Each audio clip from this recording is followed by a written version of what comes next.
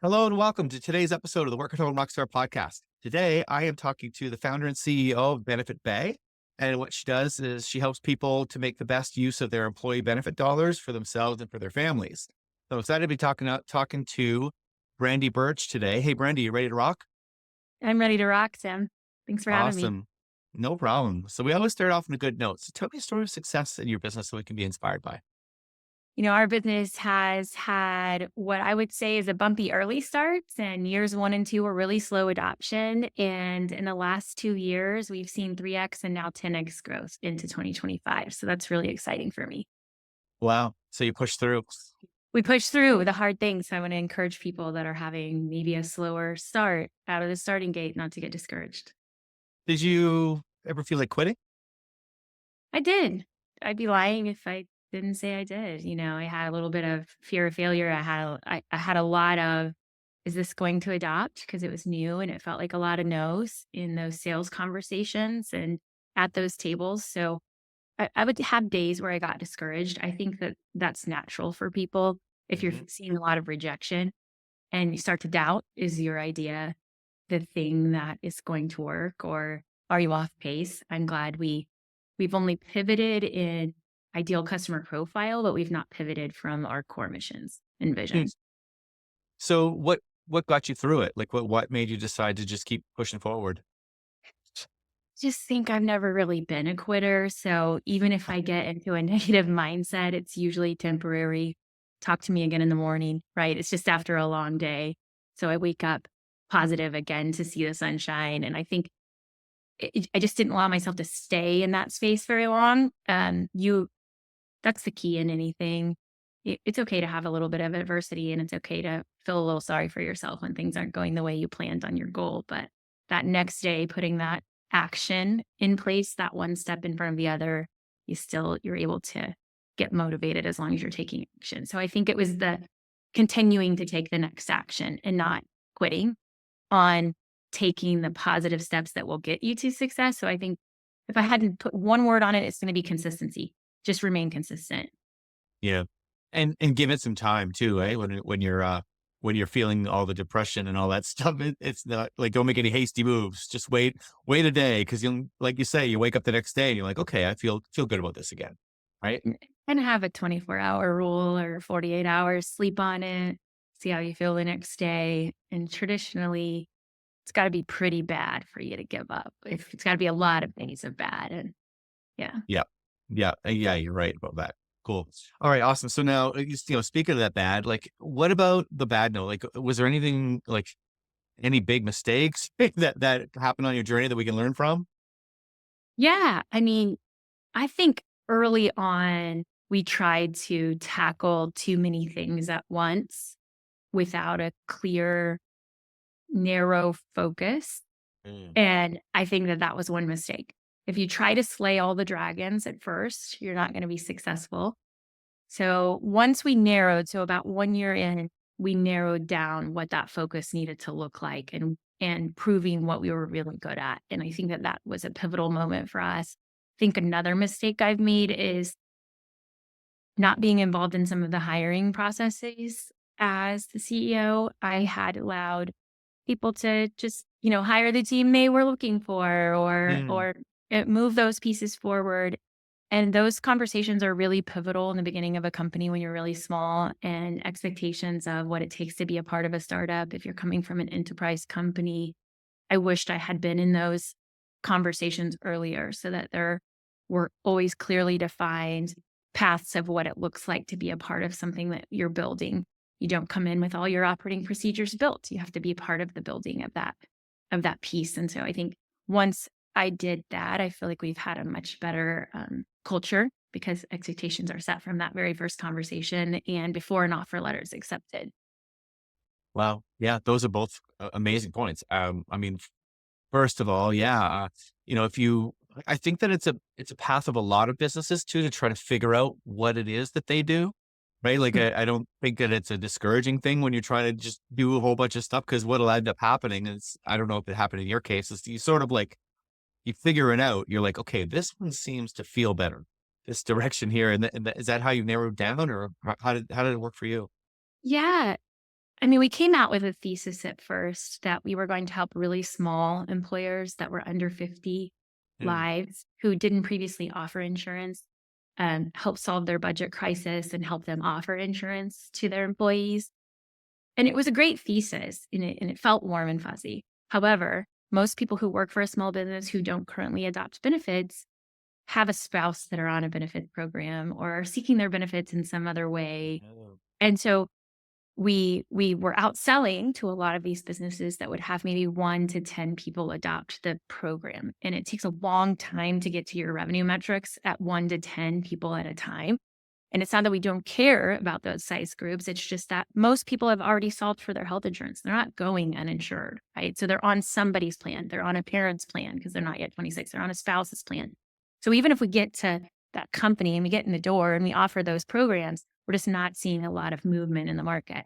So once we looked at, actually, this is a really great solution for large employers. And we said, our technology can handle large employers. Let's move up to applicable large employers.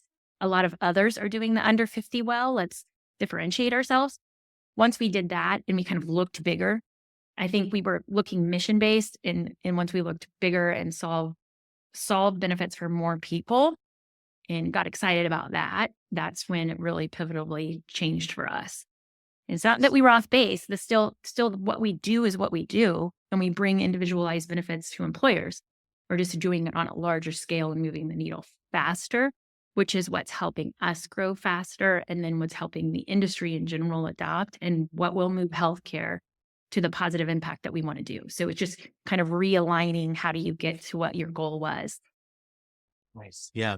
And I mean, it's possible now, I suppose, now that you've grown to go back, if you want to serve those industries, once you have some cash flow going on, right? Or maybe not. I mean, it's up to you, right? Well, we've strategically partnered with a company that's out there servicing the under 50 space. You They're have, named yeah. Dollar, and we really give Marshall and his team those under 50 leads, and then his team refers for those over 50 leads to our team because it costs more to be able to service all of the compliance bases, all of the extensive services that we have to service a large employer. Hmm. And and we don't necessarily do the smaller ones well for like an easy enroll process when they only need a couple things.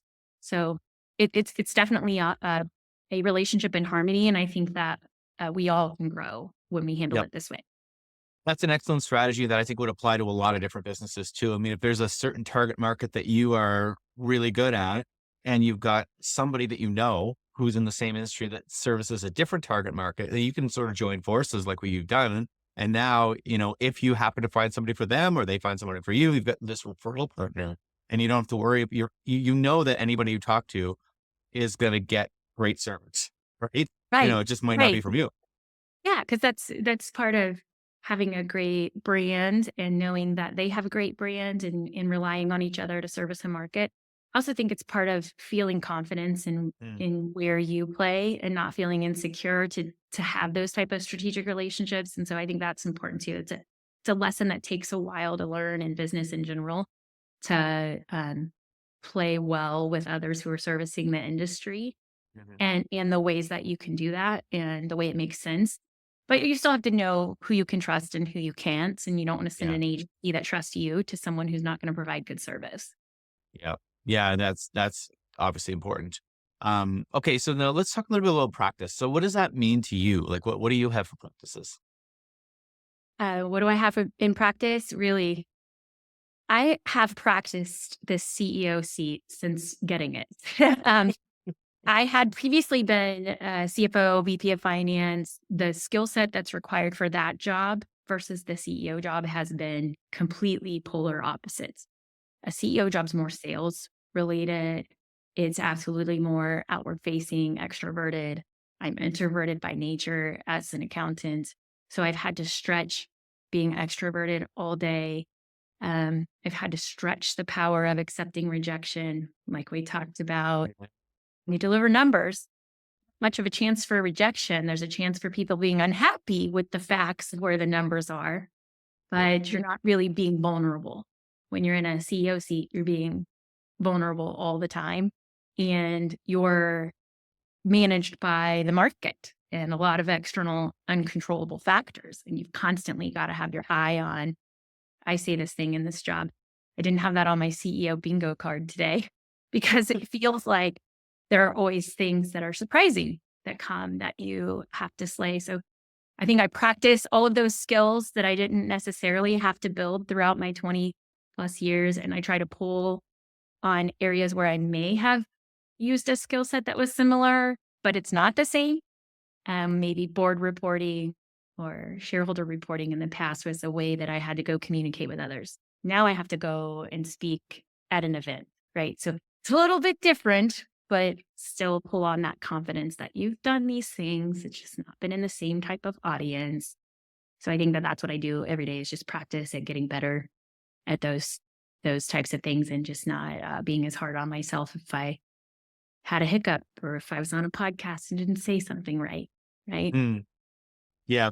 Man, it sounds to me like, well, just like many entrepreneurs, you are up for a challenge, right? Up for a challenge too. It's fun. I mean, it's probably the most challenging opportunity that I've had. And it's fun to stretch yourself this late in your career into something that is uncomfortable. Yeah. So what would you say would be the main difference between, being the CEO of a bunch of other people versus the CEO of your own company and you're a solopreneur? Yeah. I think the CEO, I really am an entrepreneur here because I am a shareholder and I'm one of the, major owners here. I think the CEO seat that comes with the biggest weight for me is the people underneath the stewardship. Hmm. This this is people's lives.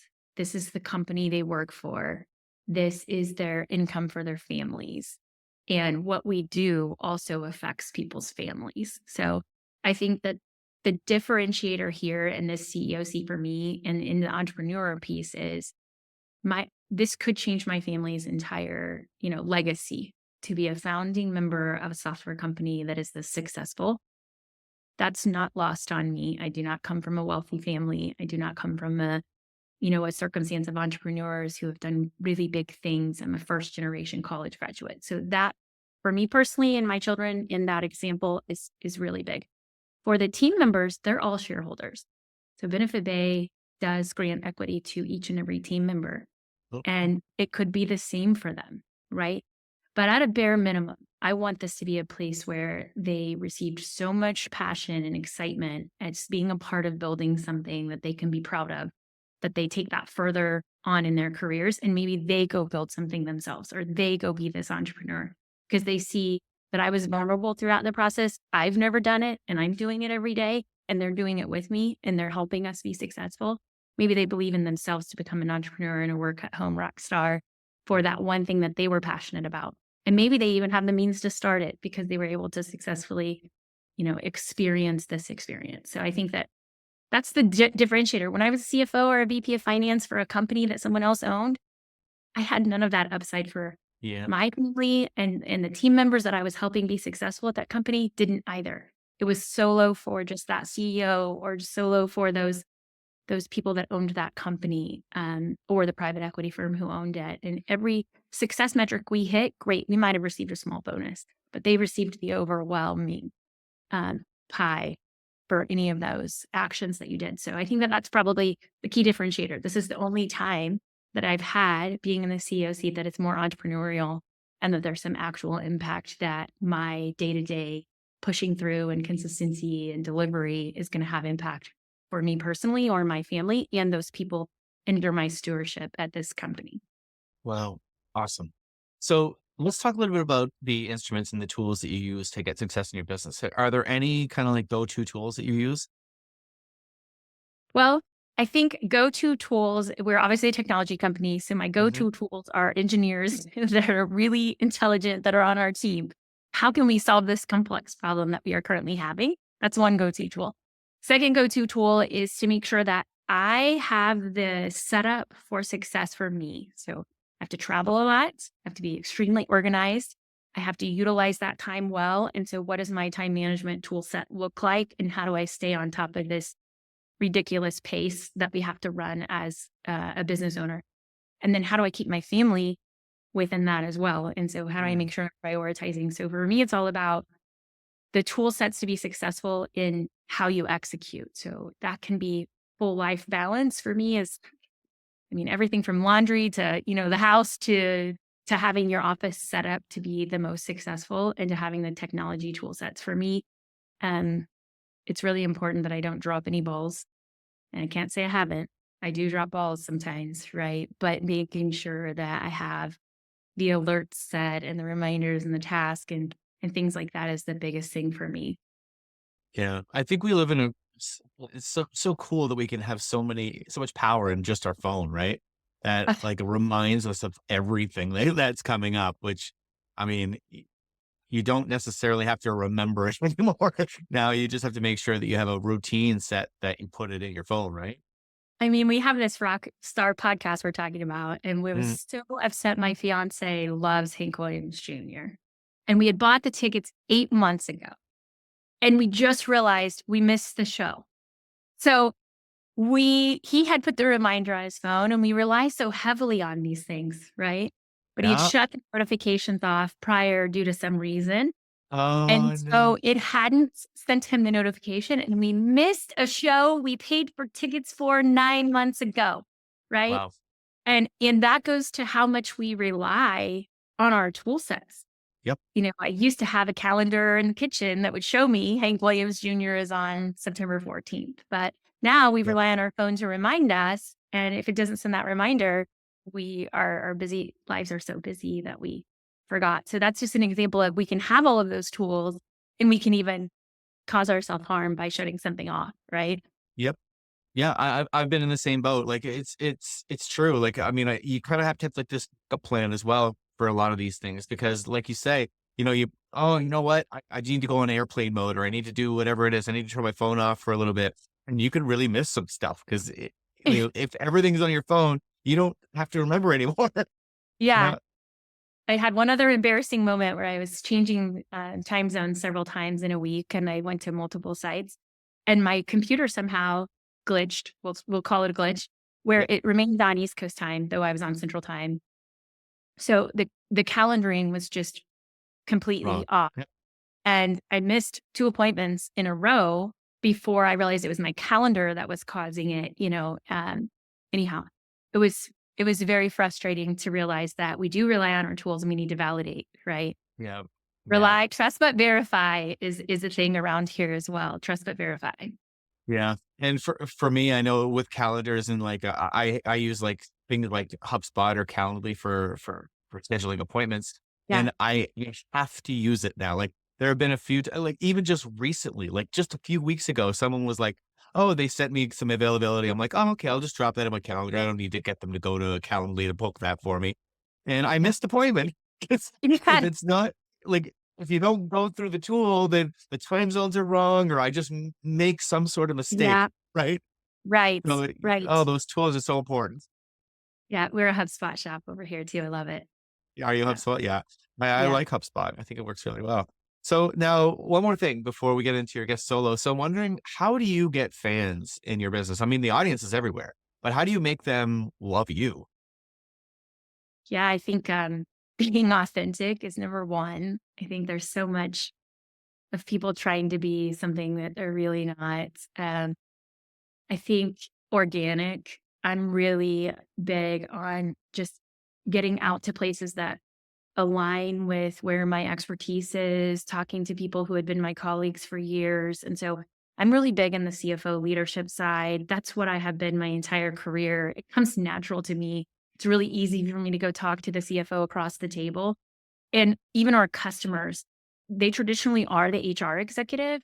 But Mhm. once we get involved in that whole finance planning side, if I get invited to any of those meetings, it's almost instant connection because I'm relying on the skill set that comes easy for me.